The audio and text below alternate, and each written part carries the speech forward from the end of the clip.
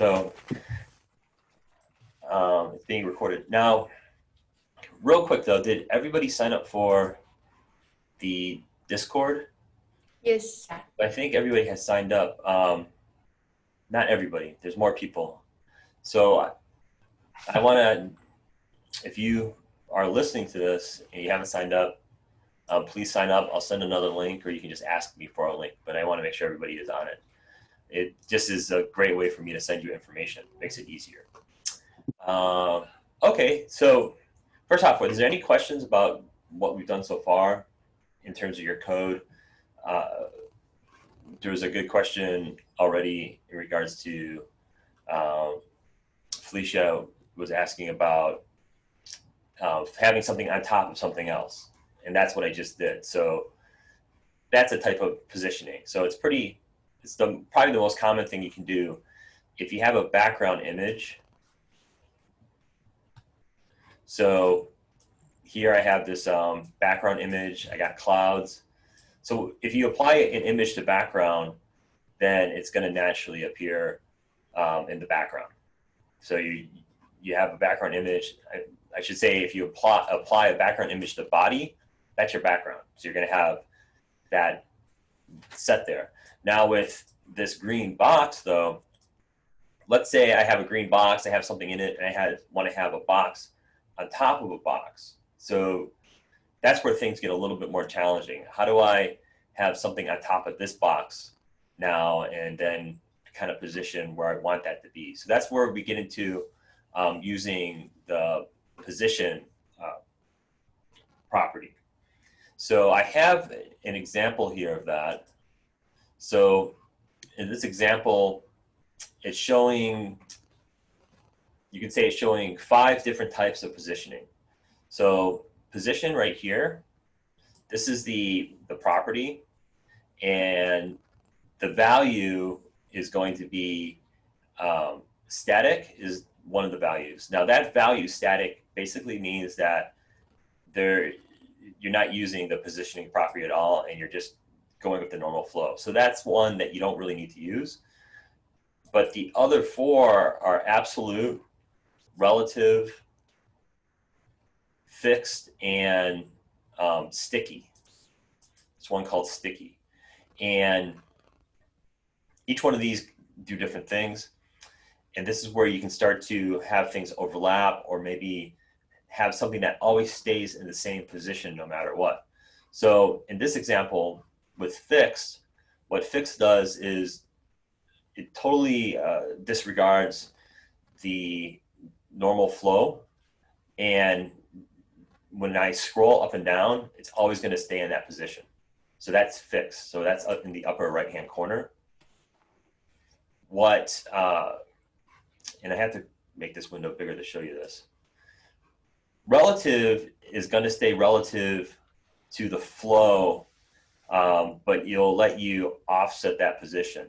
So see how it says relative in this blue box?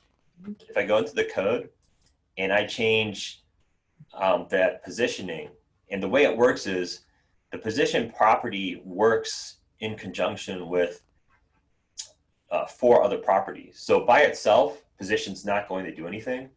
But if you have if you use it with top, right, left, or bottom, that's where you can actually change the actual position on the page itself. So right here, I'm using top, and actually I'm using, let me clean it up a little bit. I'm using right and top for fixed. So it has a value of 10 pixels at the top, and right has a value of 10 pixels. That's the offset that you're applying to that position.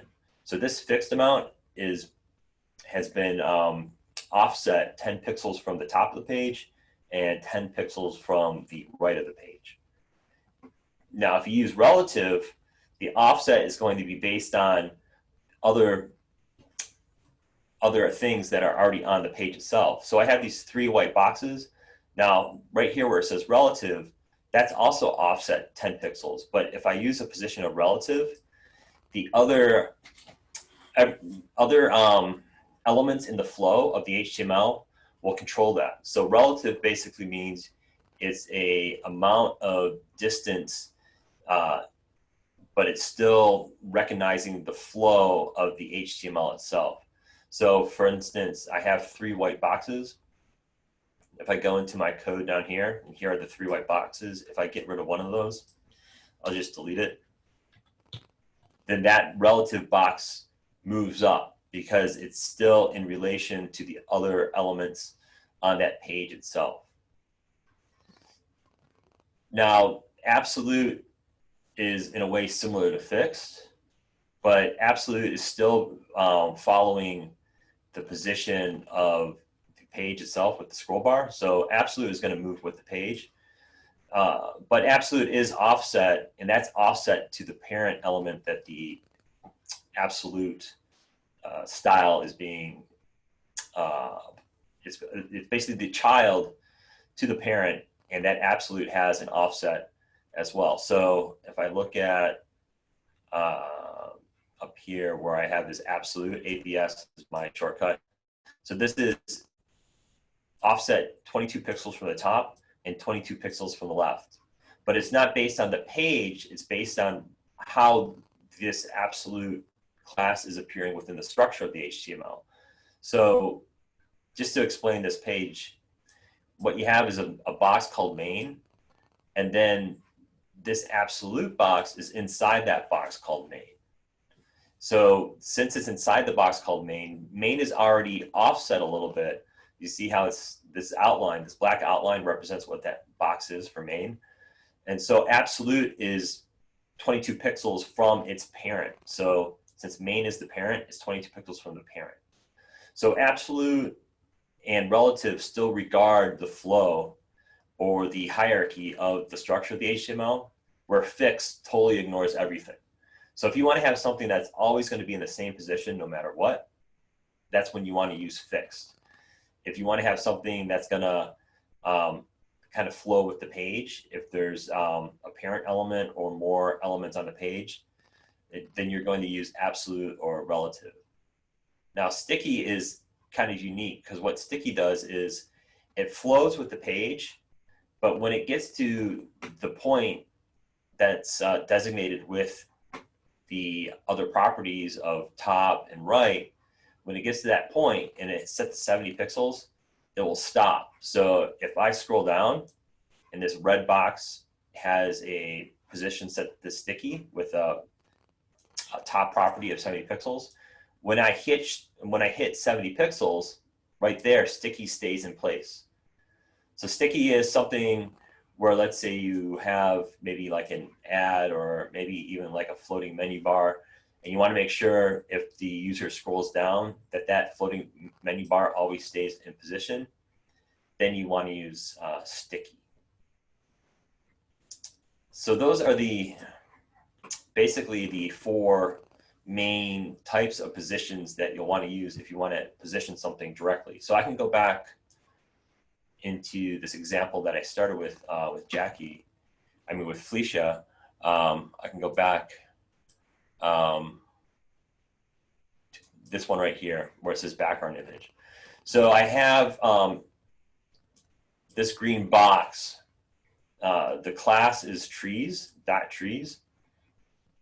Let's say I want to actually position that somewhere on the page itself. So right now it's using a margin of auto. So when I make the page bigger or smaller, it's always going to stay in the center because that's the trick that you can use with a margin of auto. You can center something. But let's say I wanted to have this box in this exact position, and it's always in that position no matter where I scroll to on the page itself. So that's where I want to use fixed. So if I go into trees and I just create a position, let's say I want to have this in the upper right hand corner all the time, I would use a position of fixed. And again, though, it doesn't work by itself. Well, I guess it does in a sense that I'm using I have a margin of 100 pixels, so I'll push it 100 pixels down. But now it's fixed to the side of the page itself. But if I actually want to position that now and give it a actual position within the web page, I have to use another property. So I have to use top. So I could say, and let me get rid of margin completely. So if I want it to be like 20 pixels from the top, I use 20 pixels for top. And then let's say I want it to be, it's always 20 pixels from the right, then I can use right 20 pixels. And now it's always going to be in that upper right-hand corner. And again, it doesn't flow with the page itself. Now, if I wanted to flow with the page, I could say position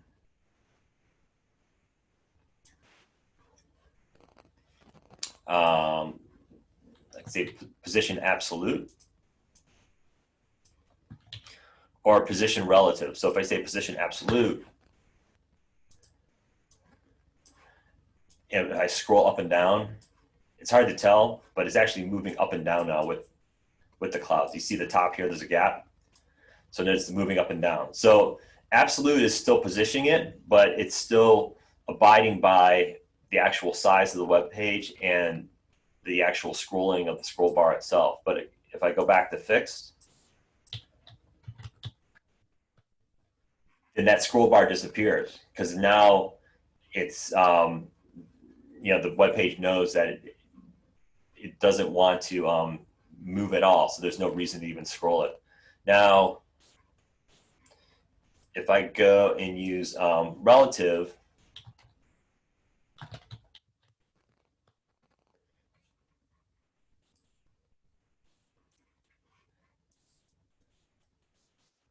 the way that relative works is in relationship to other elements on the page. And right now there's nothing else there. So if you want to see how relative works, relative is either looking for like a container or something else that will push it down a little bit. So right now it's being pushed 20 pixels down, and actually I can push it from the left 20 pixels. So it's using top and left to set the position. But if I add another element, so I'll just go ahead and I'll copy this style and I'll call it box. And I'll make it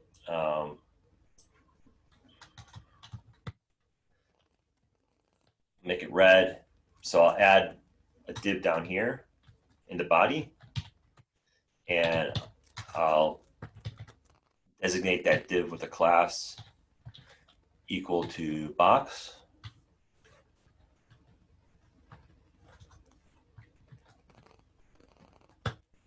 So now what happens is this box class pushes the this trees class down.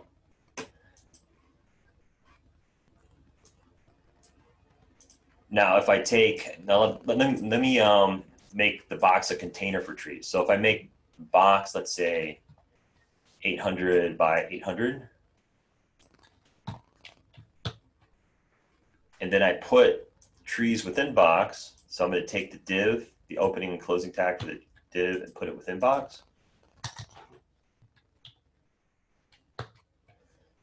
Now you see how relative works, because now that trees has a parent container, which is box, it's now 20 by 20 offset to that parent container. And so if I change box at all in any way, let's say let's say with box now, let's say I add something inside of this box, it's going to push this tree container down. I should probably call this, maybe I'll call this green box, and I'll call box red box, and then here in my div for the what was trees, I'll change it to green box. And oops, I didn't.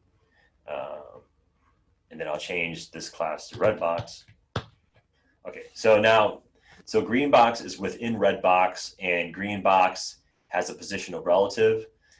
And if I increase the top measurement, you see it push, it changes its position, but it's not 40 pixels from the actual, you could call it the viewport. The viewport is what you're viewing on the web page.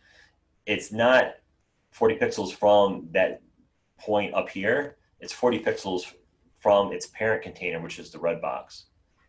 If I add another box, I'll create like a blue box.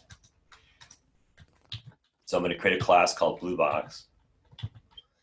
And I'm just going to copy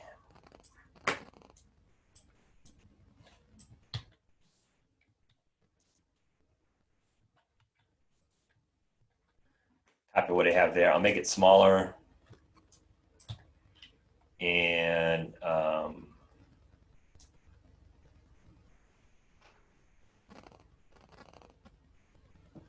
I don't need any, actually I'll keep this in here. So it's also set to relative. I'll make it blue. It's set to 20 pixels by 20 pixels. So above the green box, but it's still within the red box, I'm going to create a div with a class of blue box.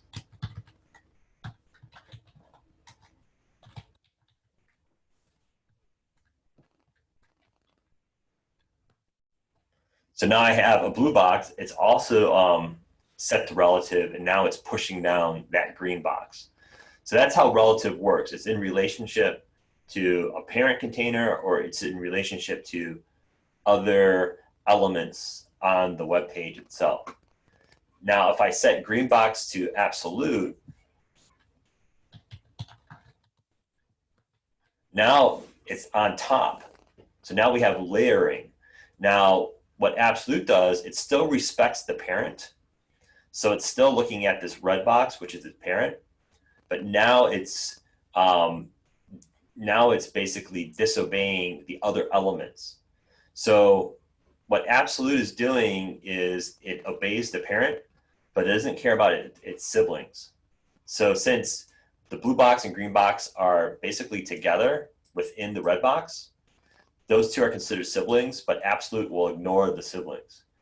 So it's basically positioning in a way where it's ignoring those siblings. Now it's on top.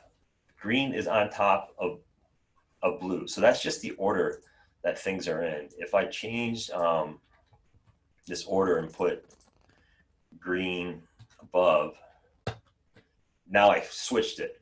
So now I'm playing with the layering. So blue box is now below. In the structure of the HTML, blue box is coming after green box. And so the green, so since the green box is basically on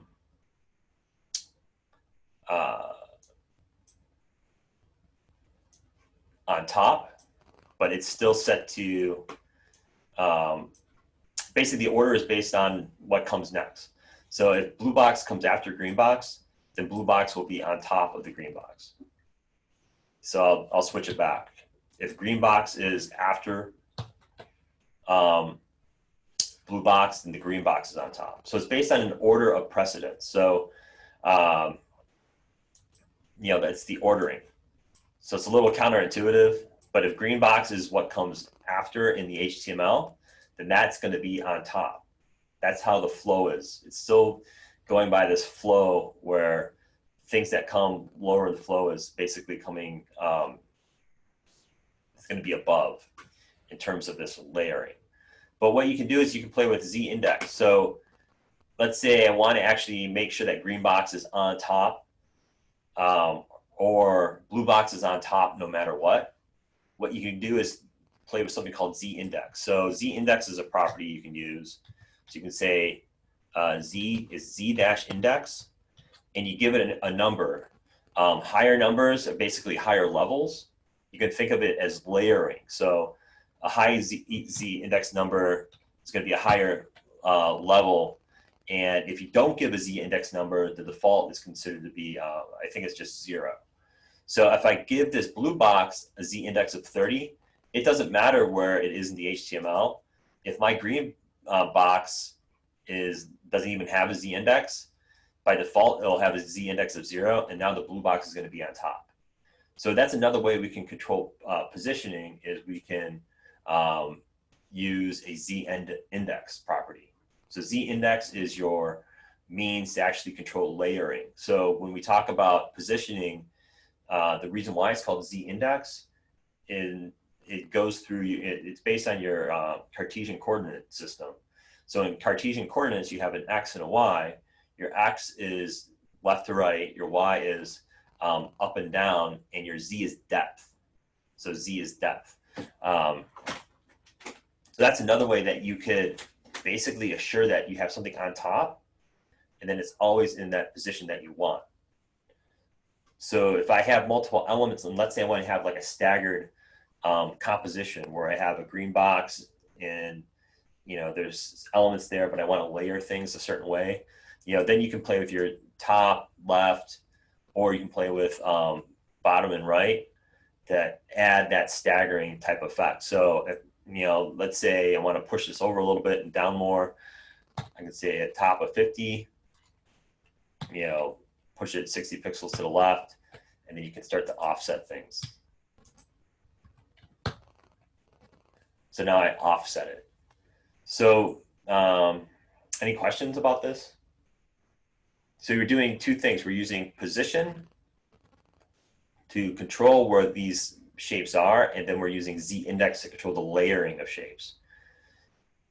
So what could I do? Let's say I want to have the blue box below the green box with z-index. What could I do with the value of z-index to make sure that my blue box is always below?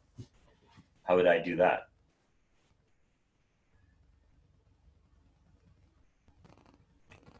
Say that again. So let's say I want my blue box to be below the green box, but I want to use z-index. So how do I do that? So I got a z-index of 30, and that's being applied to the blue box right here. You see z-index of 30? That's being applied to the blue box. So like I said, higher values mean that it's going to be higher. It's going to be at a layer that's above. Lower values will make it, a lower number will be a lower layering of that element. So if you would do like 20 or 10, it would move position. Well, if green box is by default set to 0, yeah, you have to go lower, but how low do you have to go? You'd have to go negative. So you can say negative 30. Oh, okay. If I say negative 30, actually it's below everything because the red box has a value as well. So now it totally disappears. So to play with z-index a little bit more, I can apply the z-index to the red box, the blue box, and the green box. And then you'll start to see it. So if I have negative 30 for the blue box and I make the red box negative 50, what would happen? The red box would be below it. Yeah, the red box is below now because that's my order of layers. So that's how I'm controlling the layering. If I go to my green box and give that a z-index. Yeah, so you can ascribe a z-index to any item on your web page, correct? Yeah, it's block level elements, you would say. So not any item, but not a background image. Because if you wanted to make the background z0 so that you could have everything else go above that. Yeah. So that for your body that has a background image, you wouldn't want to apply z-index to that, but all the elements above that, then you can play with z-index for anything that's above that initial body that has a background image, which is what we're doing here. So you can start to play with these different z-indexes. So here, let's say I want the green box to be below the blue box, but I want it to be above the red box. So Z index of the red box is -50. Z index of the blue box is -30. So maybe I make the Z index of the green box -40. And now I've changed the layering. So I'm just controlling the layering of these boxes with the Z index property. And really the Z index comes into play once I start to play with positioning. So now what you're doing is you're using your position property to position things from top to bottom, left to right. And that's using a top, bottom, right or left property in conjunction with the position property. And all those things work together. So position, top, bottom, left, right, and Z index all work together. So those are one way to start positioning things. Float is changing the flow, but positioning is actually sometimes even ignoring the flow completely. So fixed completely ignores the flow. So I have a couple documents here that kind of show you in terms of like layouts, like how you can start to apply this. So I created several web pages here showing you variations of this. So I'll just start with 2 floats. So this is a web page that just has 2 floats. And let me make this bigger. So I have, what I have here is a main article. This box here, that's this, it's like a purplish color, violet color. This list of links, this is on the side, so you can call that an aside. So here I have this aside with a list of links. I have this main box, that's cyan. It's cyan, the color is cyan. The cyan main box is here. And then I have a header on top and a footer on the bottom. So this type of layout is just using floats, and I'm using floats, float left. And then the footer is using a clear left, so it can go back into the flow that's going from top to bottom. So this type of design, you call it, it could be responsive or fluid design. Fluid design, meaning when I scale the width of the web page, increase it or decrease it, everything scales with it. It stays in position, but everything is scaling with it. So that's a 2-column fluid. You could say it's a 2-column fluid layout. Now, with the fluid layout, what in the code tells me, is that the float left and the float right? Is that what makes it fluid? Yeah, the floats. Okay. So the idea with floats are meant to create a responsive web page. And we say responsive, it basically means that the content responds to the width of the browser. So if you make the browser wider, the content should get wider. If you make it narrower, the content should get narrower. So that's a responsive design. You can say it's fluid. So that's in a way the opposite of using a position. Position is going to make something like stay in that same position no matter what. But if you make that web page bigger or smaller, or if the window isn't big enough to contain that position, let's say you have something that's set 200 pixels to the left, but your window is only 100 pixels by 100 pixels. Since it's not fluid and you're using position, you're not going to see that content. So that's called a non-responsive web page. So really, when you're designing, especially now with all the different types of devices people use, you want to think about creating responsive web pages most of the time. Now, there may be a reason why you want to use a position. So let's say you want to have like a menu that always stays in the upper left-hand corner, no matter what. And that's a good spot for something to stay to, because at that point in the viewport at 0, 0, most likely all devices are going to at least show that point. So you could have a position to use something that's fixed in the upper top left corner. Or the return to top button that needs to stay. Well, it's just let's say you have something that's important and that always needs to be there. So that's where you can use position. If you want to have important information that no matter what the user does, and it's always going to be at that same point on the page, use position and then make sure it's always in the, like the top left. If you put it on the top right and that window's too small and it's fixed, then you won't see it because, you know, it's at a location that's beyond the boundary of the window.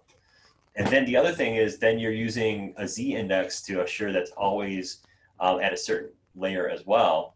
But then your web page itself can still be fluid by using a float.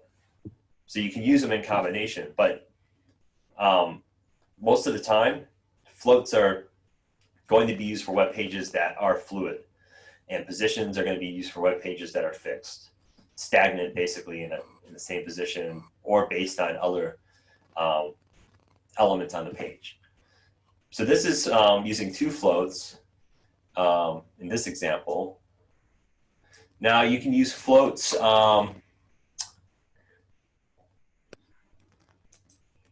So in this example, let's see, I'm still using floats, but well, the one thing to point out first off in this example here, we've talked about this, is if you want to have a fluid layout, you need to use percentages for your widths, and those percentages need to be below 100%. So if they're above 100%, the content will push down. And the other thing is when so in this circumstance, since they're below, when you add the two together, it's below 100. You know, if I make this web page narrow, everything fits no matter what. Now you can have something called a 2-column fixed width. So let's see here. 2-column, 2-column, 2-column.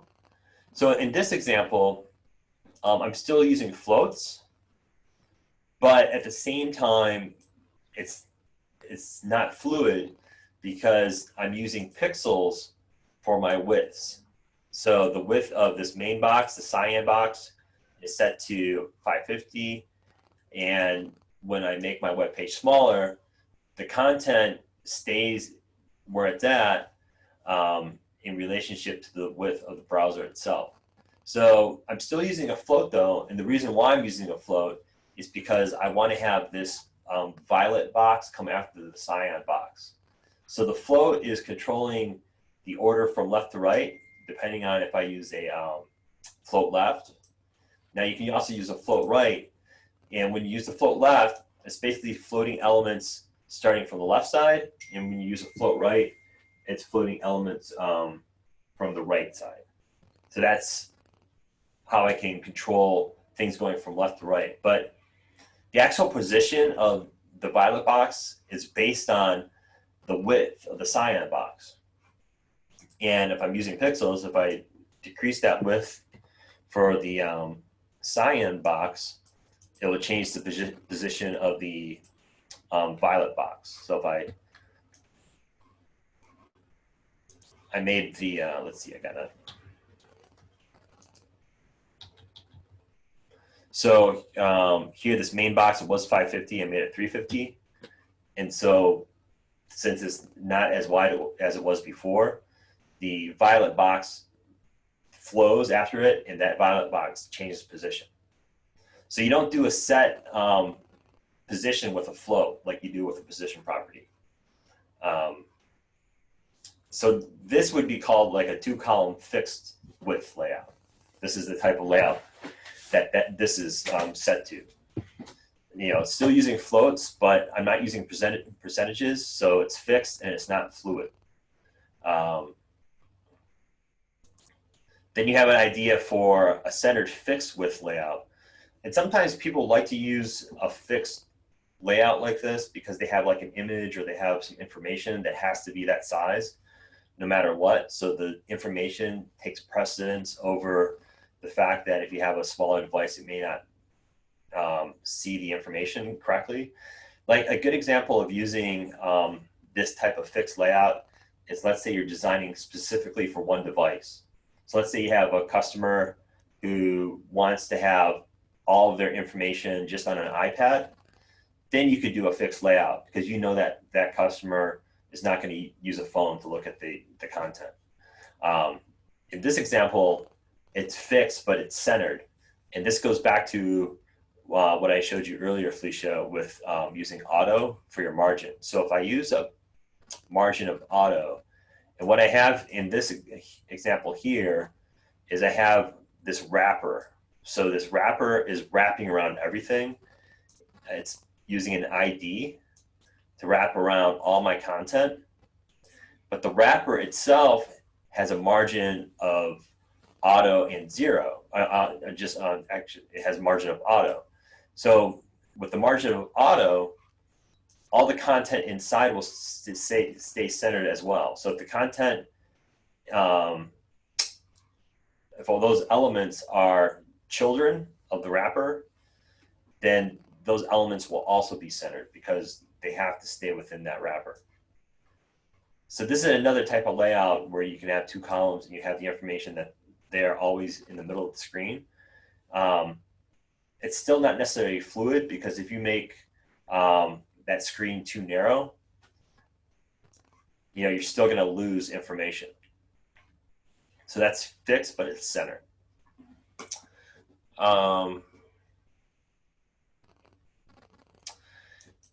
This example is a fluid layout, but it's 3 columns. So don't touch your face. I just got a reminder on the computer. So, but this one is fluid. Sorry. It's fluid, but with 3 columns. And again, it's the same idea using floats. Let's see.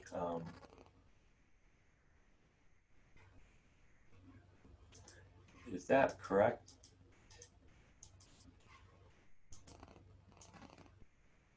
Yeah, so here, oh, okay, so this is a little different. Let's see.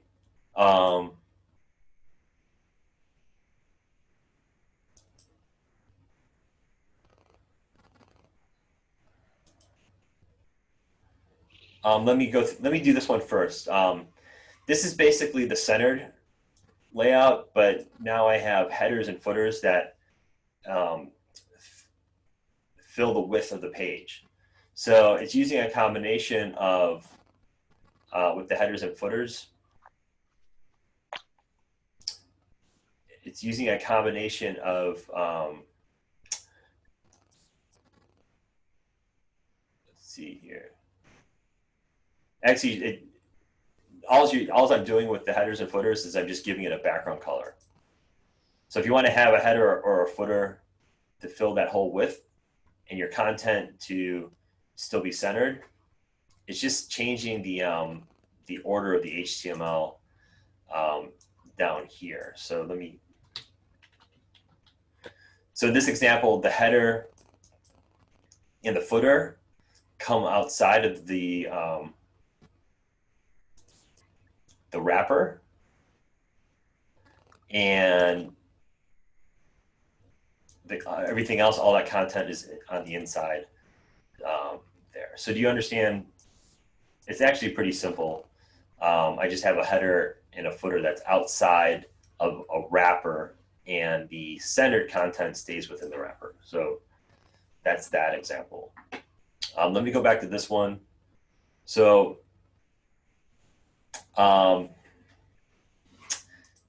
this example, I think I have it labeled wrong. I guess you could still say it's fluid because here I'm using percentages for my widths, but now instead of using floats, I'm using position. So the absolute position means that these 3 elements that have the styles applied to it, main, news, and links, in the HTML, in the HTML down here, main, news, and links are within this content div. And that content div has a position as well, set to relative. Since the news links and main class or main element are within content, content's going to push everything down, but everything inside of that will be positioned based on top, right, and left properties, depending on where those are at. So now I'm positioning things, but since I have a width that's set to a percentage for those things as well, the width is going to be dependent upon the main width of the browser. So I'm using percentages instead of pixels. And then this is this example is 3 columns, but it's fixed. It's also centered, but it's not fluid either. This is fluid, but you could also say it's going to be non-responsive, because if I am on like a narrow device, then this information is going to get it's going to get very thin, let's say. So it's probably not the best solution for like a phone. You would still want to use floats for like a phone, for mobile. So that's kind of taking you through a variety of layouts using floats and positions. You can kind of see these as different types of layout strategies. I think for what you're doing though in your assignments, you're going to have to do a little bit more than using just floats and positions. So you're going to have to go beyond this a little bit. And when I say that, what are some of the things that you're already doing in the tabloid assignment? Like, are there things that you want to do that you feel like float and position won't let you do? What are some of the things that you guys are working on? So one of the things that I guess I'm talking about is, let's say you want to have a box that's like diagonal. Let's say you want to have a box that has the text, but the text is set vertically instead of horizontally. So beyond floats and positions, what we can do is use transforms as well for the layout. So I have this file for transforms, and what you see here is using a transform property. So a transform property will actually let you change the orientation of the element that you're working with. So I gotta raise that up. Let me get rid of this. So here, for this box, the transform will allow you to change the position? Yeah, it's letting you change not only the position, but the orientation. Okay. So when I say that, you can change the rotation. You can change the position as well, but it's not the same as using the position property. What happens is you're still following the flow of the HTML, so you may want to use it in conjunction with a position property. But if you rotate something, so here, in this example, and the way it works is the properties transform, and then you have your property values are going to be translate, rotate, skew, and scale. There's basically 4 of them. So translate is changing the actual X and Y position. And here you can actually use negative values.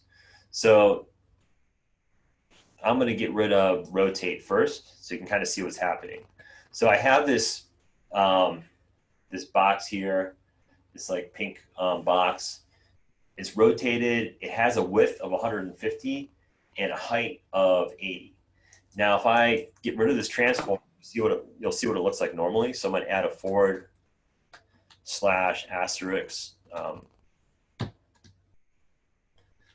comment it out.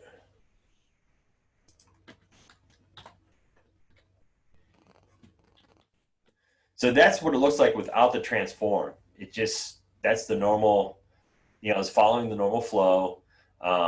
There's no position or float set to it. It's just going from top to bottom, following after these two other elements. There's a P, I think there are two H1 tags, an H1 and an H2, actually.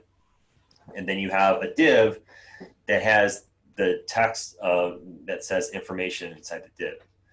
Now, if I apply a transform and it's set to 150 pixels, one of the things I can do is rotate it. So if you want to have boxes that are rotated, then you can use a transform with a rotate value here of 90 degrees.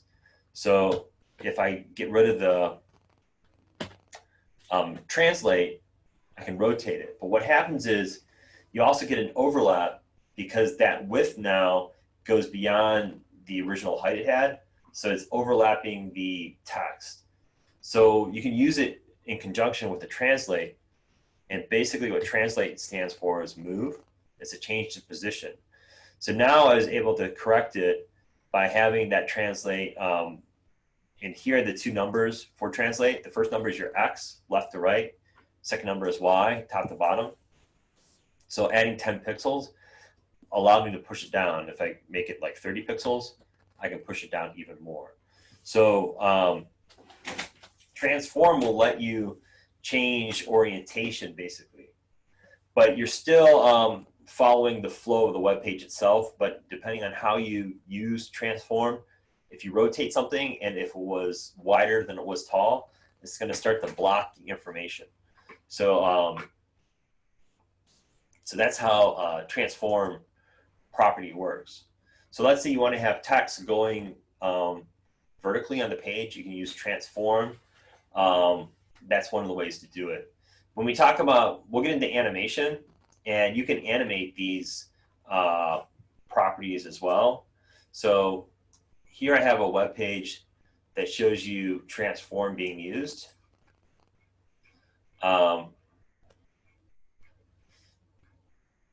So here you translate, rotate, and then you can see it being used here. It's being applied to a couple of different class styles. And this is using skew. So so here, this div class of skew is using a skew of 25 degrees, but it's also animated. So let's see here. So there's, in addition to using the transform, you can use an animation property, but we won't get into that right now. That's going to come later. So I don't want you to think about animation, but this is showing you that you can actually change position using a transform property. Okay. So here is an example with, you can actually make it something move using a translate. So translate is your X and Y coordinate. That's going to be set to pixels. Rotate is going to be set to degrees. So degree will be the value of rotation that you use, and it's DEG. And then you, same way with skew is also set to degrees. And then you have a scale, so you can also scale this as well, but scale doesn't have a value, a unit. You know, there's no set unit. There's no percentage or pixel-based unit. So if I want to scale it, I can also say scale, and then in parentheses, I can say something like 0.5, and then it will make it half the size. So it's a percentage. Yeah, it's this is a percentage, but you don't. Yeah, it's a decimal value. Okay.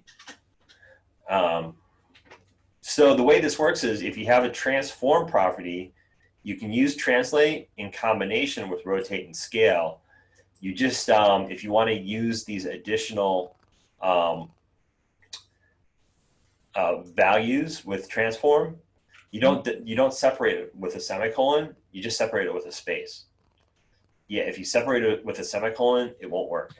Say that again now. Don't separate these different values with a semicolon. Okay. Separate it with a space.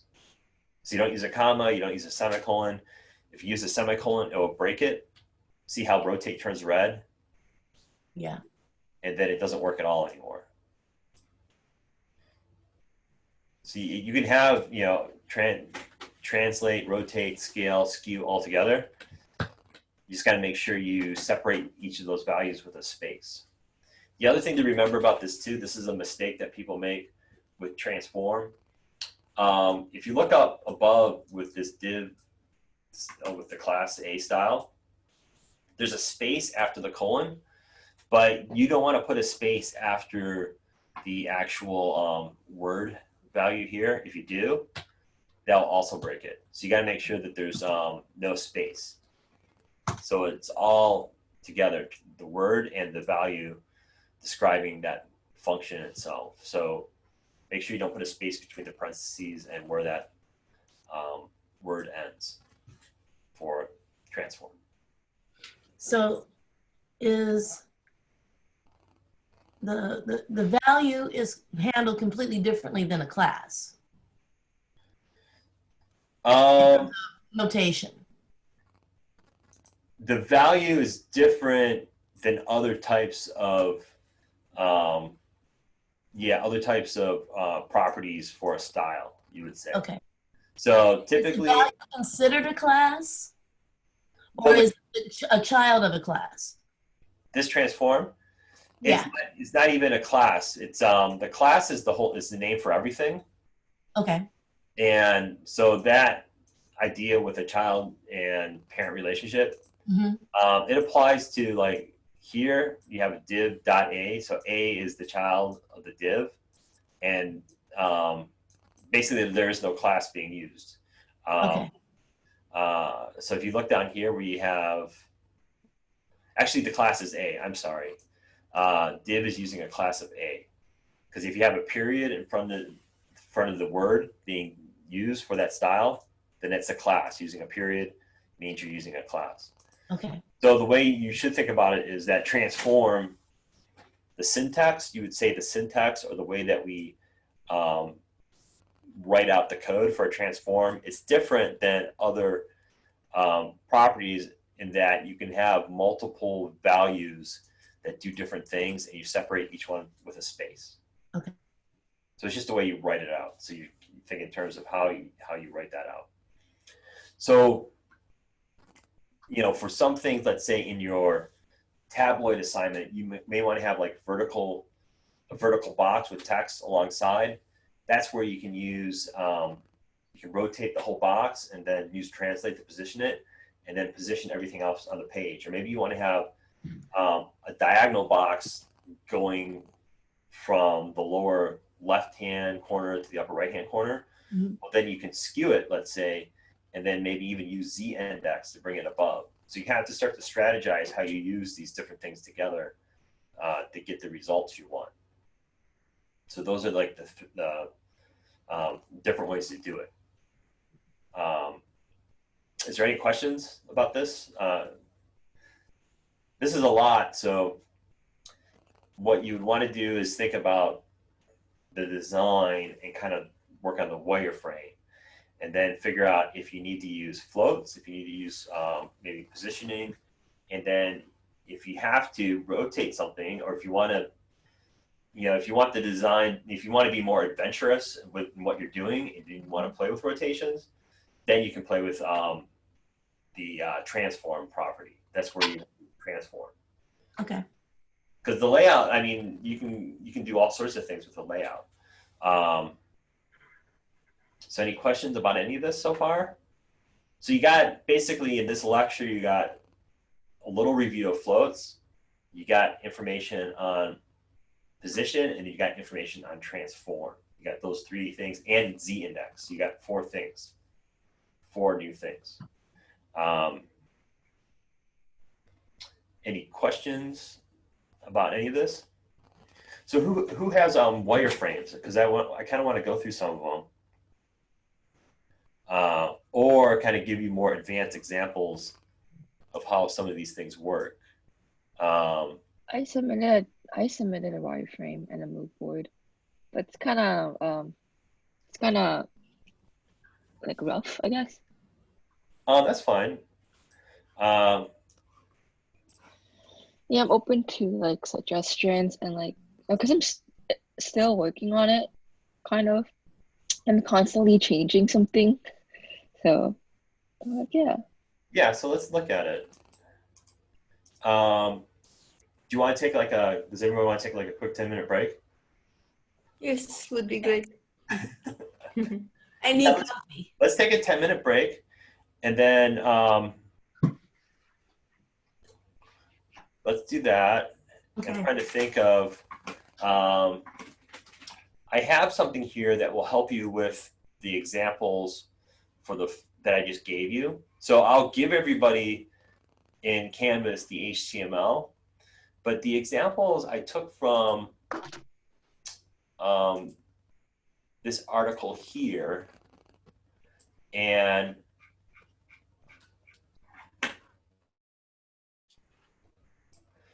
it's by Jennifer Robbins, and it's from a book called Learning Web Design. And I have it as the PDF, and then I'll give everybody the PDF as well. So it's basically going through what I just went through with the examples. So you have your 2-column fluid layout, but she goes into a lot more detail about why you're using the floats a certain way. So this would be a good thing to understand those examples that I just went through. So yeah, let's take a quick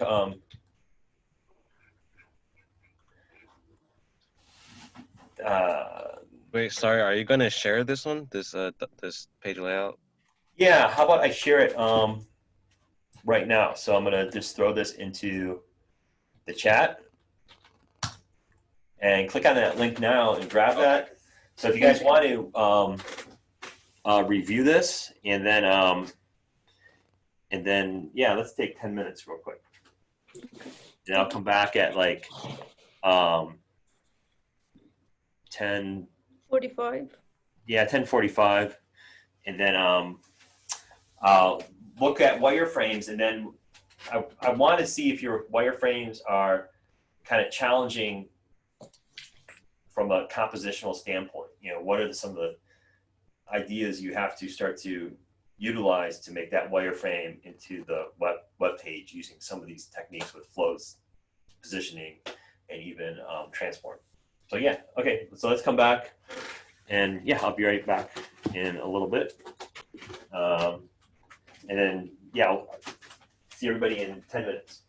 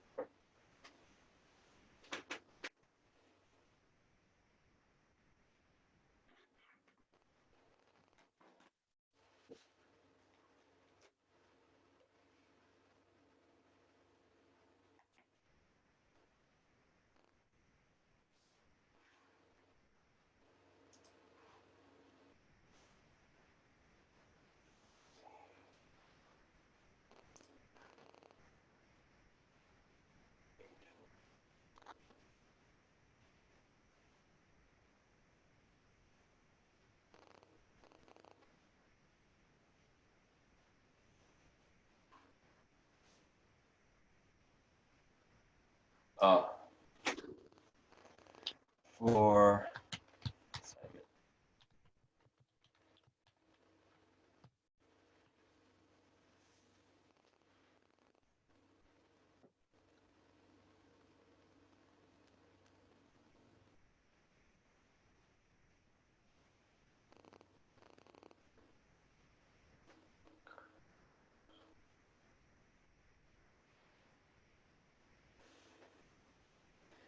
all right, is everybody back? Let's see. So I will go into the assignments here and see here.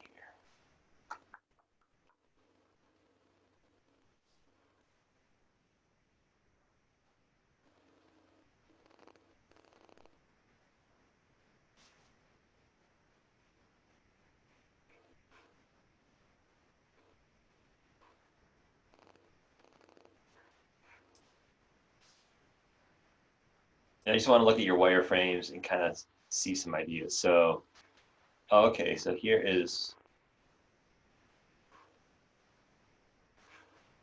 so this is Wen's idea. So, Wen, so you have this concept now, you have 4 boxes on top. You want your main header in the middle with a subheader, and then you want 2 boxes down below, right? So this is kind of the structure that you're working on. So with this, so the 4 boxes on top,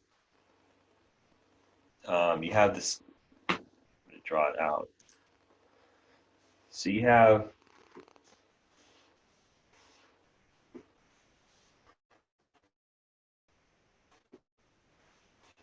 something like this, right? You have 4 boxes on top. You have a main header.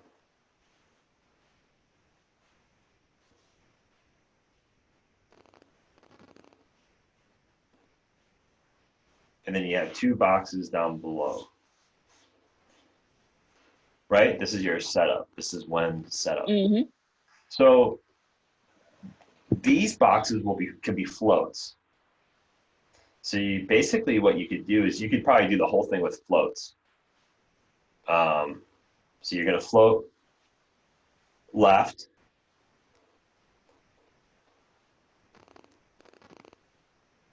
So each one of these boxes will be a float left. And when you work on these wireframes, just start to think about adding your code maybe to the wireframe. So it will help you transition into the coding part. So you have float left, float left, float left. And if you want to make this like a fluid layout or a kind of a fixed layout, that's kind of up to you. Both are going to work. If you make it fixed, though, what I would say is you should have one main box called a wrapper, you know, you would have a wrapper, and that would go around everything, and then you would center that using Wrapper? a margin of auto. Okay. Just to go over, what does a wrapper do again? The wrapper is just, it can be a class or an ID style. Basically, when you want to have content inside something else, the thing that's surrounding everything where you're putting the content into, you know, people will call that a wrapper. And Oh, okay. yeah, so if these 4 boxes here are using a fixed width, let's say using pixels, if your content is using like pixels and it's not fluid, then sometimes it's nice to put it inside a wrapper and have that wrapper centered on the page itself. So that's one way to do it. If you're doing something that is responsive though, then you can use the wrapper still if you want to, or not. But you know, it just depends on how you want to have all the elements like scale when you make the web page wider or more narrow. But if you make that web page wider, then all these boxes on top should get wider as well. That's in a fluid layout. But what you want to do for this layout is basically you float your 4 boxes, and you have a clear after that float, and that clear left will be applied to this main header. And then you come down below, and then you float these last 2 again.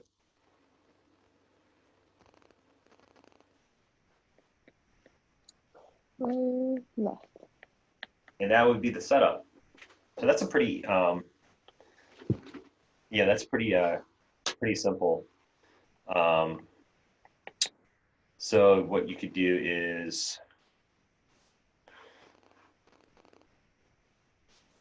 in brackets,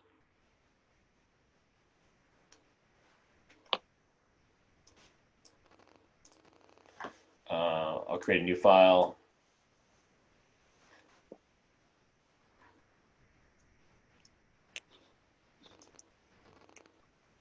So You also mentioned that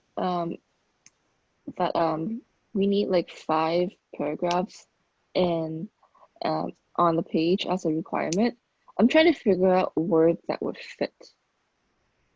Like, do you want it linked? Do you want it to be part of the links that well, I don't know. you? Yeah, it depends. I don't know what these boxes on top or down below are supposed to be. So maybe, They're just pictures. I have the pictures. I sent you a mood board with all the pictures that I'm planning on using. So okay. so- I mean, what if each picture had a paragraph of text describing what the picture was? Okay. And then what if Won't that be too much for? That'd be too much for a web page, isn't it? No. Okay. Okay. paragraph can be 1 or 2 sentences. Okay. Because I'm thinking like I'm envisioning this project as like the front cover of a magazine, and they don't have a lot of text besides like the main title to like lure people in to reading the rest of the content. So I'm thinking in that aspect. So I'm a bit. Yeah, that's fine. Do you have questions about the layout though, or do you understand how to use the floats to get what you want? I think so. Because it's I very, would think so. yeah, yours is very straightforward. So, Yeah. like your layout, let's say we don't do it with the wrapper idea. You have 4 boxes on top. So, what I would do is create your 4 divs. And then what I like to do, so let me, so you're going to have these 4 boxes, and maybe all 4 boxes are going to be the same height. So then you can use 2 classes to define that div. So you can use this generic box. We'll use a class. We'll have a class equal, we'll call it like top box. And then you hit space, and then you can use another class to define maybe each box is a different color. So then maybe you can do like a top box 1, and then the other boxes would be numerically in the same order. You know, so you have a top box 2, a top box 3, and a top box 4. So here are my boxes on top.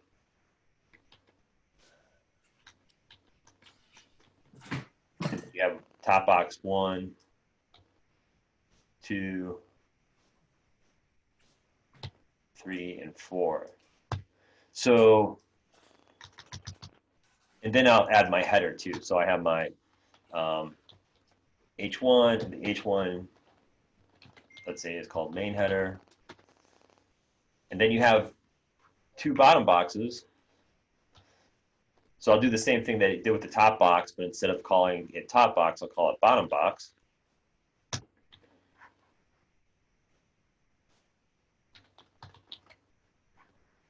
So bottom box. So when you have a space, you can add a space in between these classes, so you can apply multiple style sheets. But basically, I'm going to create one style sheet for top box because it's going to reuse that style sheet multiple times. So I'm just like saving. I'm saving. You know, it's more efficient. Plus, in a way, I mean, it's using less memory, but you know, it's like such a minor amount because it's not that much. But still, if you have repeated things that are going to repeat, try to find ways to do it once, and then you create one initial bit of information that gets utilized 4 multiple times instead of creating 4, you know, chunks of information that each get used individually. So Create style sheets or templates that will allow you to just like do with a keystroke insert use a group of code. Yeah, I mean, okay, here's the trick. So there is a trick to this. So I have to look in my, and I'll show you what that is.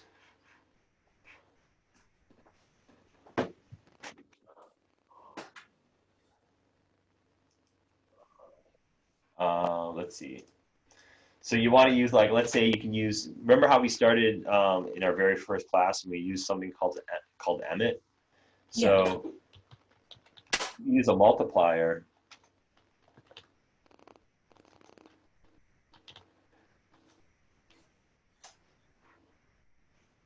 Let's see.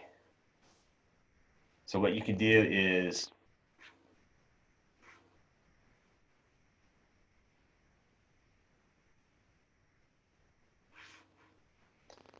for div, I can say div times 4, and then, oh, it should be div, or yeah, I can say div times 4. Oh, you could do that. Wow. Hit tab, and now I have 4 divs. You can also say something like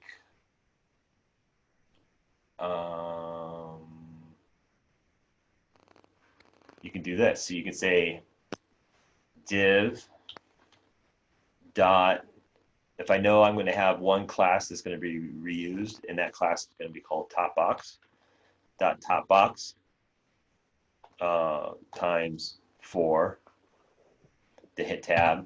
Now I have 4 div classes with top box. And then the other thing you can do, let's take it even further. So let's say I have a div with a class of top box, and I have numbered top boxes as well. So I have a top box 1, top box 2, top box 3, top box 4.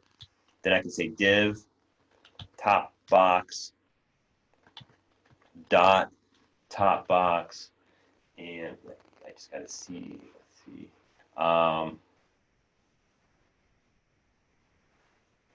Number $sign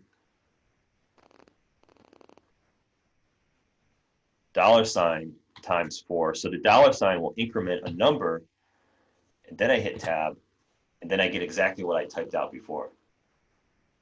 So you see that?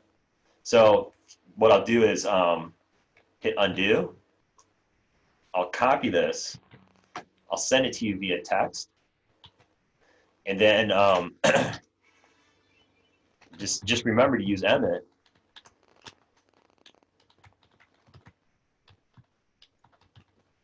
To do this.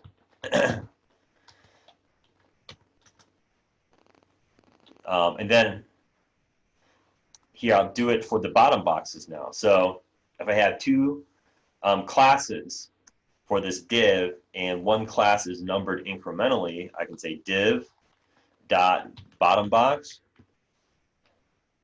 dot bottom box $, and times 4 or times 2, because I'm only doing 2 times 2. And then hit tab, and then I have my bottom boxes. Oh, and I'll do it again for my top box. So yeah, that's the answer to that your question, Felicia. Is you can use that one line, and then I just saved a bunch of time by using Emmett to help me create that coding system. That with when I hit tab, it expands, and then I get all the longer code out of that shorter bit of code. And this is basically your the markup for your website. Then you have 4 boxes on top. Now you may have an image and if you have an image and some text inside these top boxes and bottom boxes, then you'll have to nest that inside each one. So you may have another div inside that top box class, and that's your image, and then below that you have your text. Okay. So you're not necessarily done, with the markup with just this. You have more to add because you need to add your images. But for my style for this now, what I can do is I have a top box. So let's say I know that my top box, and it's a class style, so I start with a period. So if I know my top box, let's say, is always going to have a border, so I can say border. And by the way, if you use Emmett, you can say BD plus, and then hit tab, and it gives you the border with 1 pixel solid black. And here, the number sign 000, that's the hexadecimal code for black. So different hexadecimal codes are going to give you different colors. The hexadecimal codes are usually 6 digits in the number sign, but you can use this shorthand of 3 digits. If I want like a different color, it's going to be hard to remember this. So you have to find a web page that lists the codes. But if I say F00, that's going to give me red. So different codes. So let's say I want to give each one of these a border.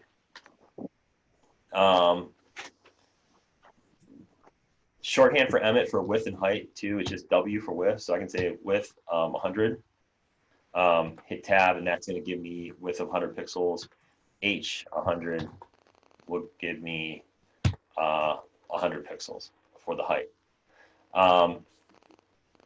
Let's say let's say I'll make my width a little bit higher, like 200. And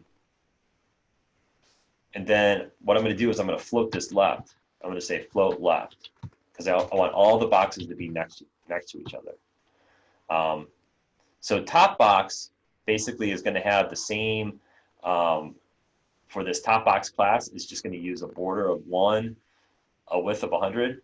Now let's say I want it to be responsive. So if I want it to be responsive and I have 4 boxes, I'll say 23%, because I'm going to take that border into account. So if I do 25, the border is going to push everything together. So 25% times 4 is 100, but it's not taking the 1 pixel border, because that 1 pixel border adds to that.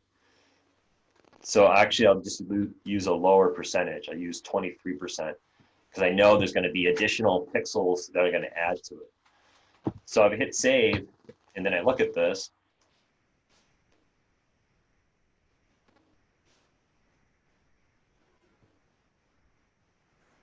so those are my 4 boxes. Those are your 4 boxes that you have on top. You could give it a margin, and maybe, let me see if I make this 24. maybe it's okay if I make it 25%. No, it's not. See, it pushes it down. So let's keep it 24. Now my main header comes down, but if I make it, yeah, so that's good. So there I have my main header. Now Is the there main, a way to designate a space between those boxes?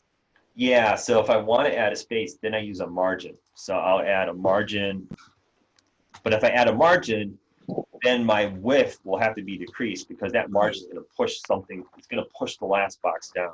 Right. Give it a margin of, let's say, 2 pixels. 2 pixels. And I guess, so yeah, it adds a nice margin there. But now if I want to have each box to be a different color, because there's different content in the boxes, that's where I go into this top box with the incremented number. So top box 1,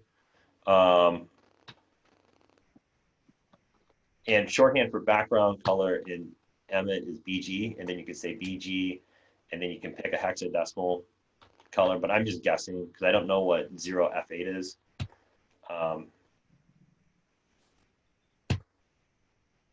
But it's that green. Okay, so I got a color for that first box, and then I'll just cut and paste this, and I'll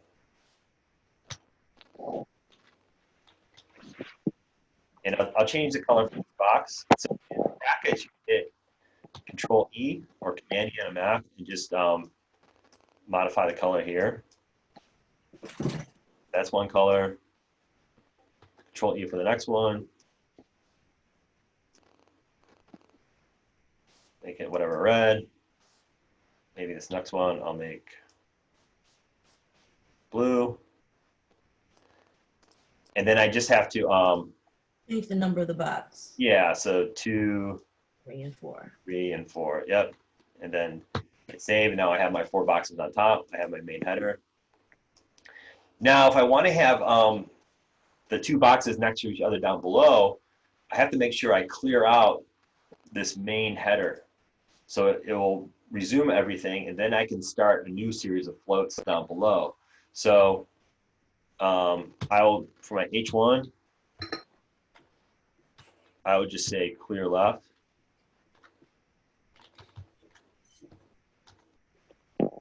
Oh, just to be clear, the clear left is like it's like separating that class or like the header from like the previous float. Is that what it is? What the clear does is that if you don't use a clear, then your content is not going to flow properly because it's going to actually follow the last float. Oh, okay, okay. The That clear would have helped. assures that you're going back to the normal flow of the website. But if I Okay, want to have those 2 boxes down below, I'm just going to copy. I'm going to copy top box. And I'm going to change the name of top box to bottom box. Save, and now I have my 2 boxes down below, and those boxes are bigger. So I'll make the height 400, and I'll make the width I'll make it like 48. Now I have my boxes down below. That would have helped me so much last time. The what? That would have helped me for my last project. Yeah, well, I mean, you didn't know. I mean, we weren't that far ahead yet. So Yeah. the whole idea of the last project was for you to think about the flow of the HTML and for you to realize that you were limited. Yeah. But this is basically your wireframe, right? Yeah. So what you want to do next is you got to get content inside of each of these boxes. So maybe inside of each of these boxes down here, you have another div, which is your image, and another div, which is your paragraph text. So you could have another but the way to think about it too is, what are those images supposed to be? Are they like stories? You know, really think about the naming conventions being used for your classes and how that they reflect the content on your page. If You were talking earlier about doing like a paragraph over each image. If you were to do it, how would you do it as a rollover so that just on looking at the page, you don't see the text? But if you put your cursor over the square, then a paragraph or a sentence Oh, okay. would pop up. Well, that's getting to something where we can use something called a hover. So it's basically a pseudo class. They're called pseudo classes. Um, and we haven't really gotten, that's going to come when we start to work on navigation. Okay. But yeah, you could do that. You can hover over something and then change the color, let's say, Right. or change the visibility. So the text is not there and then it is there. Right. But we're going to wait before we get into that. I want you to focus on layouts and understanding positions and floats first. Okay. So yeah, so that's when that's your web page. Okay. Does anybody else have wireframes that they need help with?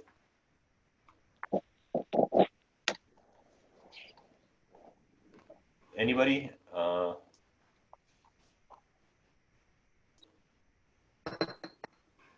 So okay, I mean, as you guys are working, I want to make sure that you know how to properly create the code for that wireframe that you're using. So if you need help, just like let me know, and then I'll help you through the, the wireframe. Are you doing a one-on-one time today? Yeah, yeah. Let me know when you want to do it, and we can do like a one-on-one. Okay, yeah. Yeah. So let me know. Yeah, just send me an email. I sent a couple of you emails too, saying, you know, like, hey, let's I can tell you're kind of like stuck halfway through on the project, so you may need help a little bit further.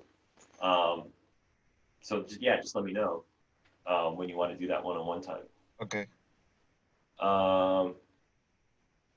Okay. Any other questions about positioning and layout? Do you guys remember how to, let me see here. If you have a question, can you like, if you are good with everything, hit yes under participant so I can kind of see. And if you're not, hit no. And that kind of means you probably need like a one-on-one type session, like either today or tomorrow, to help you with some of this. So Felicia's good. Connie's good. What about everybody else? Jason, you need help?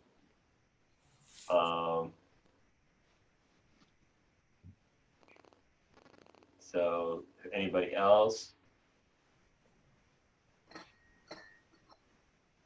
So you guys see Antonio, what about you?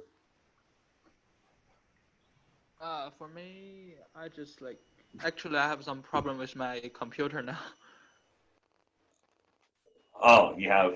Yeah, today I'm using the phone. It's dead now. Oh, you're using the phone? Oh, you can. Yeah, later if I have some problem, I may email you and maybe just found the one time. Oh, okay, okay. Maybe later. All right. I'm to fix it now. But you need some help, Jason. Yeah, like, yeah. So, okay. Yeah, let me know. And then, yeah, we'll definitely, we can do that. I just wanted to say that when we get back into, you know, our actual classroom, if we get back into it, is there a way to continue taping this? Because that has been so helpful for me, just being able to Oh, go yeah. back over it. Yeah. Yeah, I think it's great. Like, I'm glad we're doing it because I think it's so much better than just giving Yeah. instruction and then you walk away and it's like you took a note and you like, I have no idea what I wrote down, right? Exactly. Then you can do the videos. Yeah, I'll keep on doing it. It's so easy. And actually, there's a way to actually do the Zoom meeting where you can do it straight to YouTube. Like right now, we record it. There's one you can do it straight to YouTube. You don't even have to record it, which is pretty cool. I actually like do things in the morning where I draw and I record myself drawing as like a little show for people to watch. So if you want to watch me draw, like goofy characters. But yeah, it's really helpful. And then yeah, so we'll definitely keep on doing it. I think it's been a great like tool to use. So I like it a lot actually. Um, so yeah. So we'll do that. So let me think. For assignment three, let's kind of. Did we go through all of your assignment threes yet? Uh, Mm-mm. no. I don't think any of us, or I don't think, uh, well, I didn't turn mine in last week. Well, actually I did, uh, but I don't think we were finished by the time the class started. So do you need more time to finish assignment three? No, I'm done. Is everybody done with assignment three? I have a few tweaks to do on it. Okay, that's fine. Let me but let's see who the people who are done, and kind of let's look at real quick and kind of talk about what you did for assignment three. Um, just to make sure everybody is kind of in line with, getting everything done. So let's see.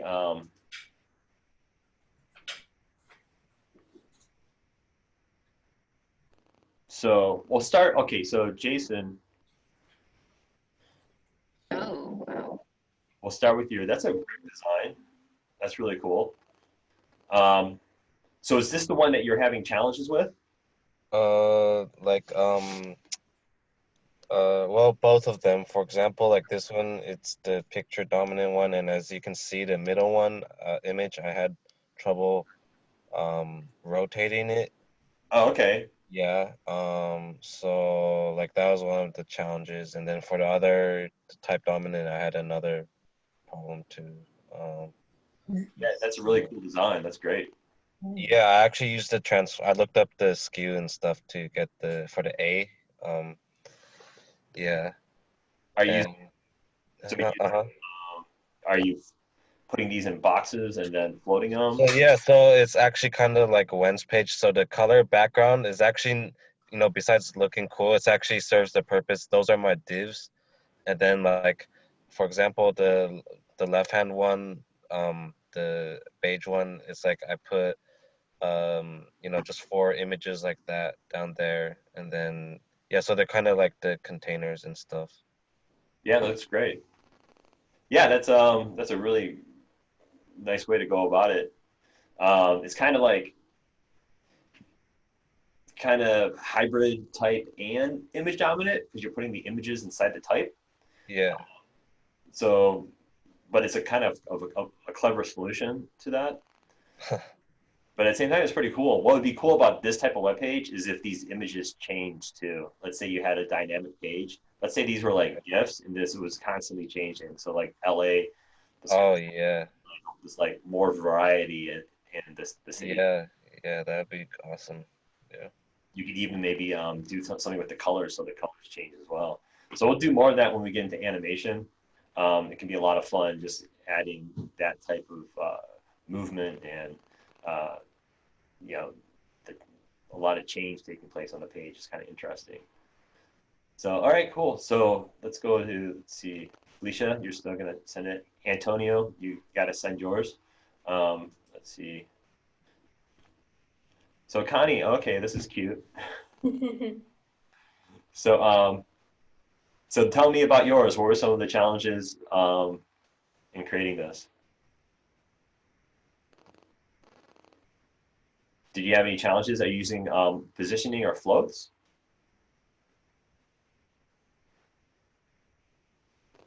So, okay, she's Sorry, not. I have to unmute. Okay, are you? Tell me about how you created this. Wait, hold on, hold on. I have to put on headphones. Sorry. Okay, go for it. Okay, I can hear now. All right. So what are you using to create your positioning? What type of techniques are you using here? I wanted to actually put all the images in the square, like a windmill effect. Okay.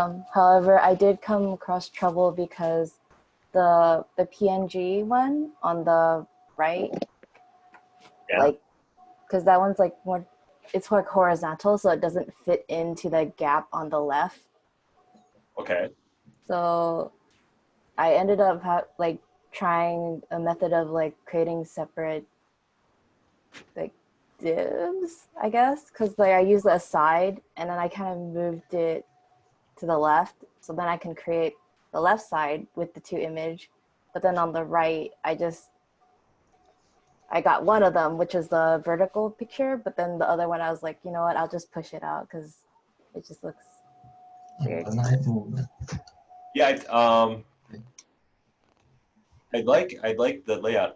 What I'm gonna do here is I have a tool called Epic Pen, and then I'm gonna switch screens. So I'm gonna actually draw on this. Okay. So I'm gonna bring this down here.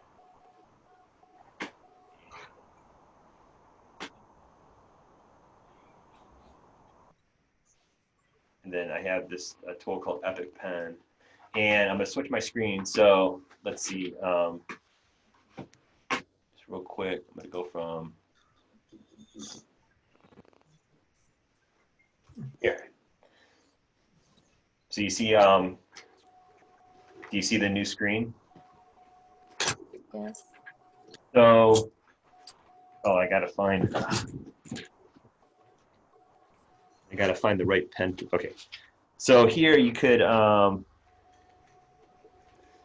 basically with this, you can have 3 floats. So I want to use red. And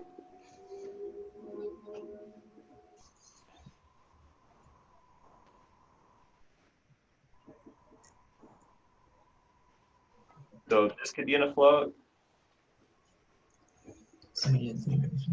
This could be in a float. And then this could be in a float. Is that how you did it? No. Float, that there, float left, float left.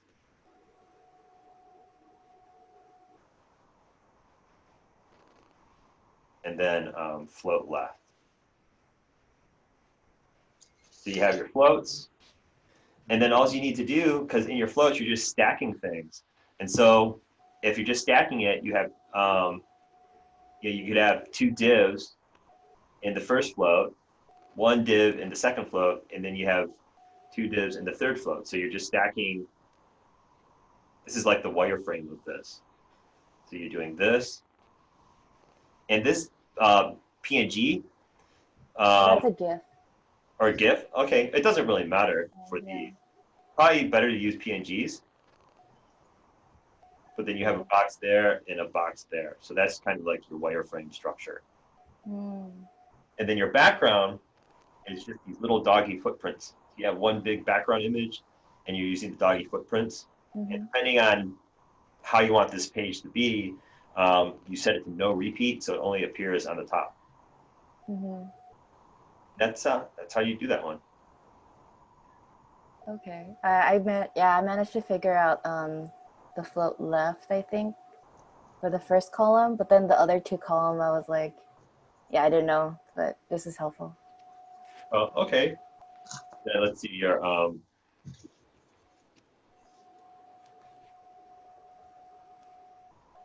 I gotta get rid of this stuff. Gotta erase it. And then for this one, yeah, I really like using this Epic Pen tool. It's really cool. It's very cool. Yeah, it's really cool. You can draw right on the screen. Yeah, so you can do a lot of cool stuff with it. It's good for like these examples. Yeah, so this is good too. This is like, exemplifies type heavy. Maybe even making,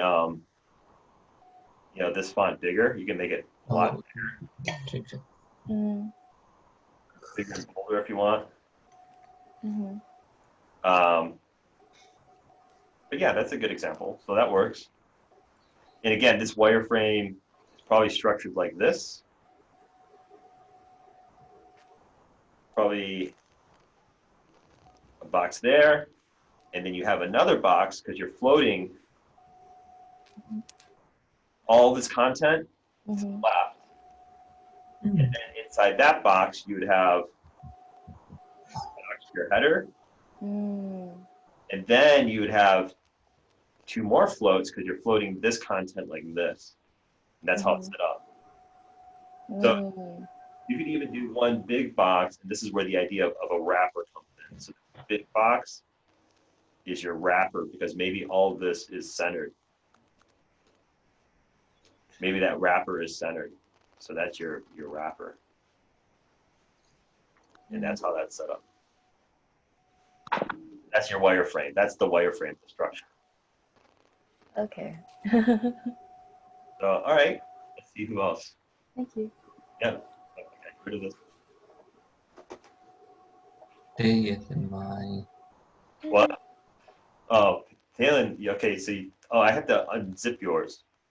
DMA. So let me, I'll go to the next one because I just want to kind of keep the flow going. And I got to unzip yours too, right? Yes. Yes. Got to go to the next one. When? Okay. So this is interesting. I like this look. So how did you accomplish this? You have text on top of the clouds. Yeah, hang on. Oh, the text, the clouds, it's just the background. I had it on, let me go look at my code first. Because it's been like a week since I did it. Oh, so is everything a background? The clouds are background. It's part of the background. And everything else is like the pictures. Oh, okay. Yeah, the text I made it on. I made it on Photoshop. Yeah, and as for Is it text and image then? the text is an image because that's what I interpreted your instructions to be. Okay, that's fine. Yeah. And then let's see, this is your text one. That's my text, and then the one below it is the image. Oh, okay. Dominant one. And then same way with this one, Yeah. what was your wireframe? Was it like you have a main box? Inbox. One like this, and then you have float. Did you do it like this? Float, float, float? Yeah. Let me look. Let me take a look because it has been like a week since I actually wrote it. Okay. Did I use float? I did not use float. I just positioned it different. No, I did use float. The precision is absolute, and did I use float? I'm pretty sure I used float somewhere. But then I positioned the position each image differently because I like the way it looked. Okay. Like, yeah. Wasn't deliberate, but it's happened to look like that, and I just like went with it. Oh yeah, everything was I didn't use float. I used it on like a nest, in a nest. Okay. If that makes sense. Kind of makes sense. I'll have to look at your code. So Yeah. here, float So would be the easiest way to do it, to break it Yeah. up, that type of wireframe. yeah, so float is there. I just don't use it once. So, okay. Let's see. Next. Let's see. So Jackie, this is, Yeah. let me erase all that. So this is your text heavy? Yeah. But I think it's different from, oh, no, I don't know why, but when I have it open on my computer, the images show, but I guess on yours it's not showing up. Yeah, because you need to make, so for handing in this assignment, all you need to do is take a screenshot and send it to me like that. Because Okay. look, Canvas will read the HTML, but you also need to know where the location of those images are, or otherwise you will get this broken image link. So I am having people just take screenshots and then send me the code as well, but we can do the review the critique with the screenshot. Okay. Should I resubmit it right now? Yeah, just take a screenshot and resubmit it so I can just see it as it is. Okay. But yeah, I mean, I can tell this is good in terms of the structure. It's definitely text heavy. Just think about like contrast though, and readability. You know, that kind of gets lost a little bit. You know, the pink of your name with this, you know, background, which is like this beige pink color. So just be aware of readability and, you know, contrast. But the color scheme is nice. Okay. You might have to find something that kind of pops a little bit more with your name. Okay. And then, yeah, it looks good. And then it's nice how you're combining sans serif and serif typefaces. So that's a good combination as well. So that looks good. So after this, though, try to do things that defy the top to bottom flow to get more familiar with having things side by side. So Okay. working with floats and positioning. So let's see this one. This one isn't showing the images as well, so I guess I have to screenshot all of Yeah, them. yeah, it's the same thing. Okay. But here I can see you're kind of playing with a grid, which is kind of nice. And that float, that's a nice font too. But again, like contrast, because you kind of lose the white on the light blue. Okay. So, okay, let's see who else. So Alex is not, okay. And let me go back here and download. Me? Yeah, Palin? Oh, yeah, did. And I, let's see, and then I'll do Hanaya.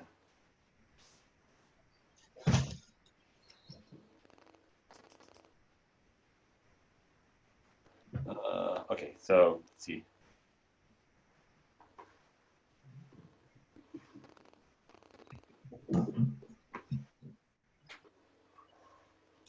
I have to find, where is this at? Show folder. I got too many screens. I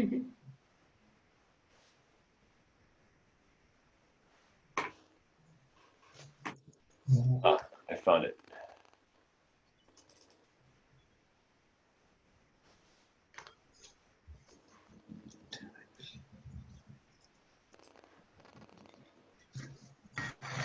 So, oh, I think this is, Hanaya, this is yours, the camping one? Yes, that's mine. Oh, okay. You should do the same thing. Use the screenshots. Yeah, do a screenshot I can with. and just upload the screenshot. Oh, sorry. That just makes it easier. Okay. But this is yours. And I think you're not able to see the images too, right? Yeah. So can you send me screenshots? Okay. Okay, I can. But I have the three different file. Oh, do you, Palin, do you know where those images are at then? Yeah, I have an image and and have Yeah, do the same thing with the screenshots. It just, yeah, so just send me the screenshots and then we can do it like that. So image and where I find.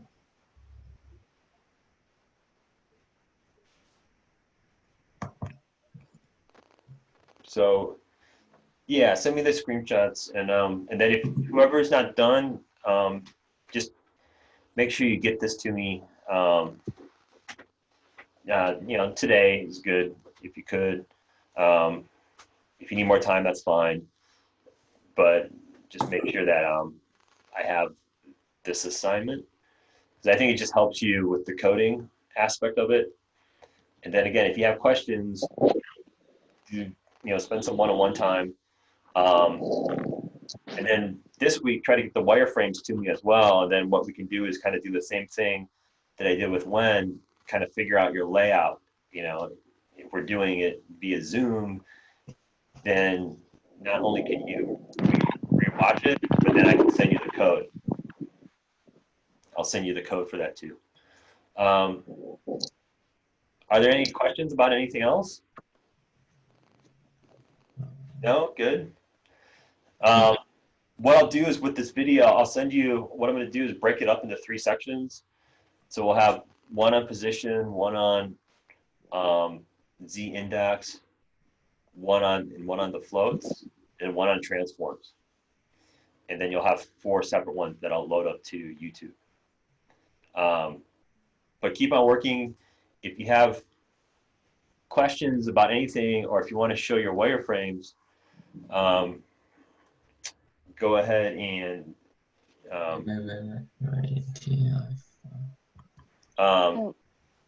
use Discord. So I think everybody, Antonio, Jason, and Palin, did you guys sign up for Discord? Because that's a great way to show me examples, or if you're stuck on something, or if you have a question, Discord makes it a lot easier.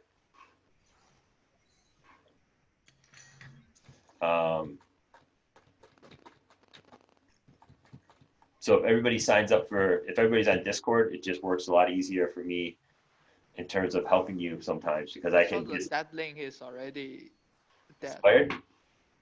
So I'll give you a new link. Okay, I'll sign for that. Let's see here.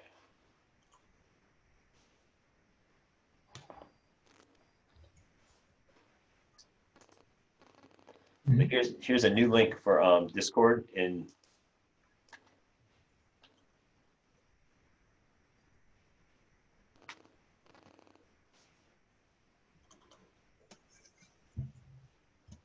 Okay. So yeah, make sure you guys sign up for Discord too, because it just helps when we explain. Jackie, sign up for Discord as well.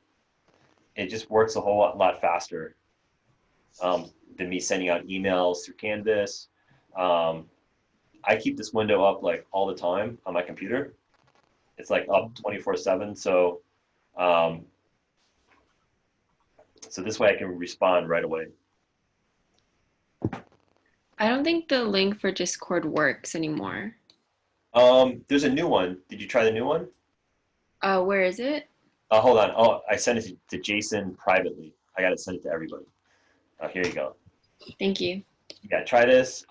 It's discord.gg, and then it's J, uppercase P, uppercase H, uppercase X, uppercase R, and uppercase T. Just click on it now, and I think it will get you right in. And this way, too, I can send you, like, code, and we can do more stuff. Yeah, so, yeah, I see you now, Jackie.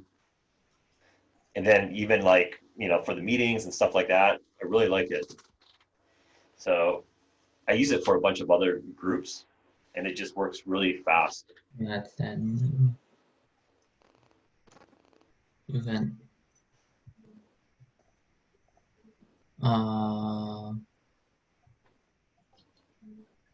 There you go.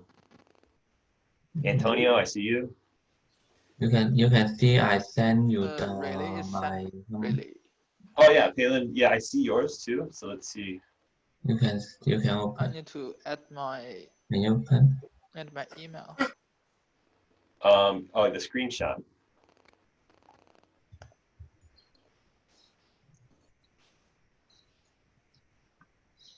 So yes, I see that you sent it. Let's see.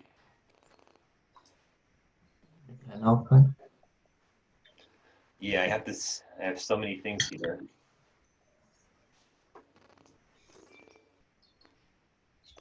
You're done. Awesome.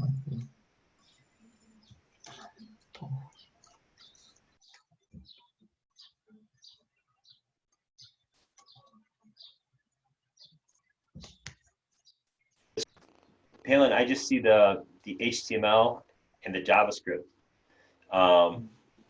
So let me see something You here. can open, you just open the, need to open the HTML. You can see the image.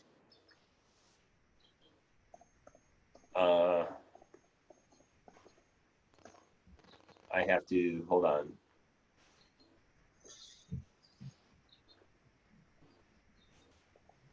Mm.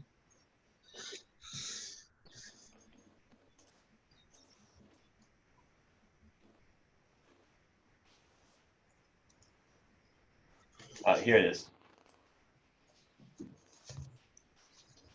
Mm. So this is yours, right? Yeah. So you're using, let's see.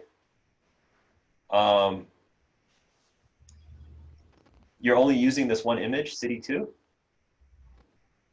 Mm. Or were you doing, oh, there you go. So you're using JavaScript to create links. Yes. And then you said, thanks for watching at the end. We don't see it.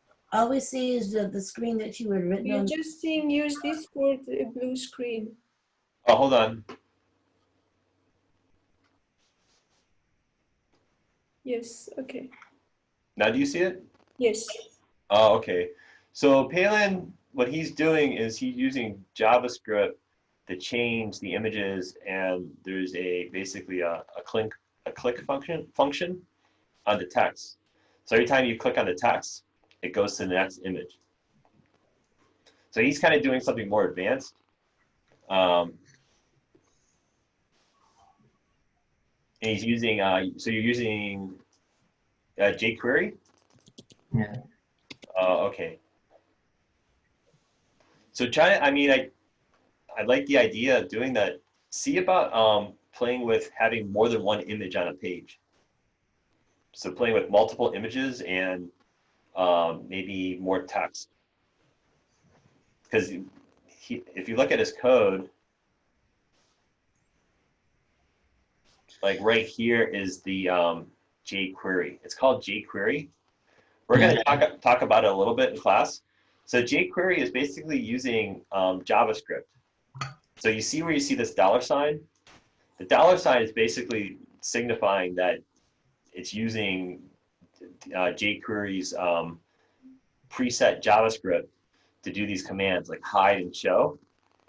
So you have these different commands in here, and then it's changing the image as well. So with this ready function, if you click, first you have the ready function, and then you click on the text box, it changes the image. And you can see the image here. You have image 2.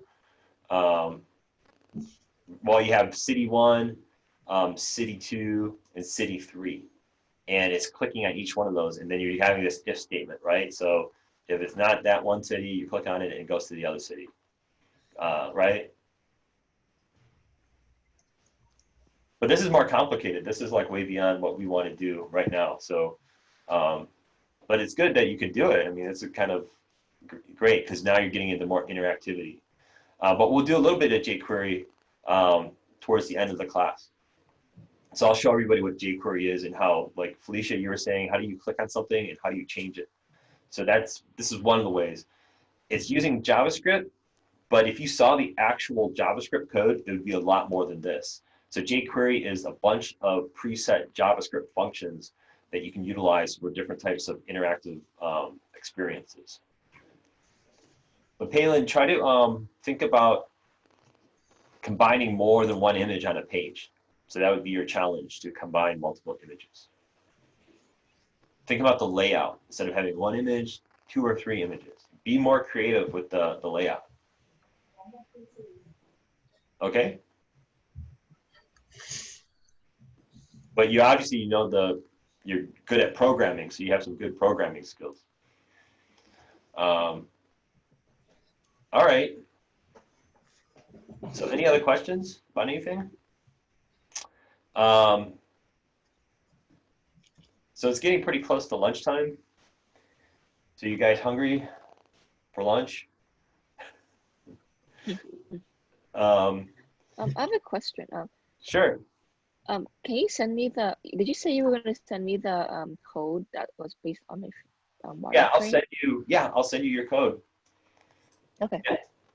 That's why I want you to have wireframes ready, because it's easy for us to go through them and see the coding examples. And I did it with I was helping Jackie and Felicia as well. And I think I mean, do you guys mind if we share your videos? Did you watch the video, Felicia, after I sent it to you? So Yes, so really helpful last night. I mean, do you mind if we share it with the rest of the class? No, go ahead. Because I think it's helpful. Sometimes one-on-one is almost a little bit easier. Yeah. Because it's like I have your focus. You know, you don't have to worry about background noise from other people. So it's a really easy way to work, and then you get to ask more questions during that time. So it's a premium offering as a student to have a teacher teach you one-on-one. So it's a And nice. I really needed it because I had missed so much. So it's getting me up to speed.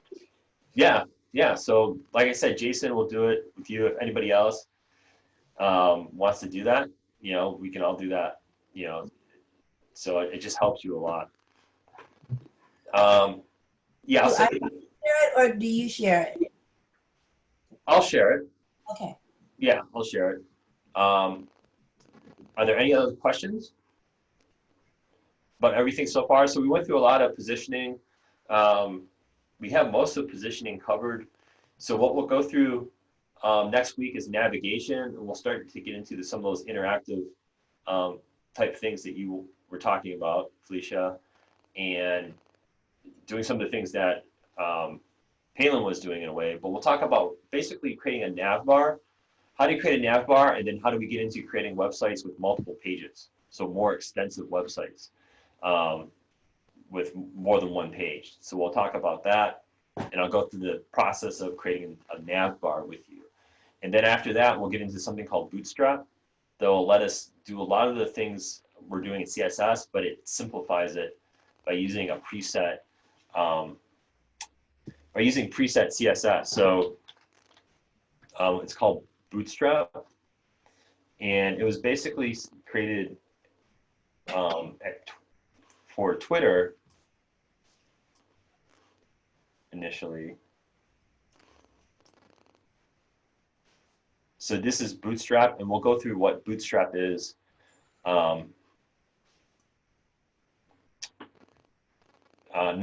next week. But it basically is a way to actually automatically create your layouts in a way.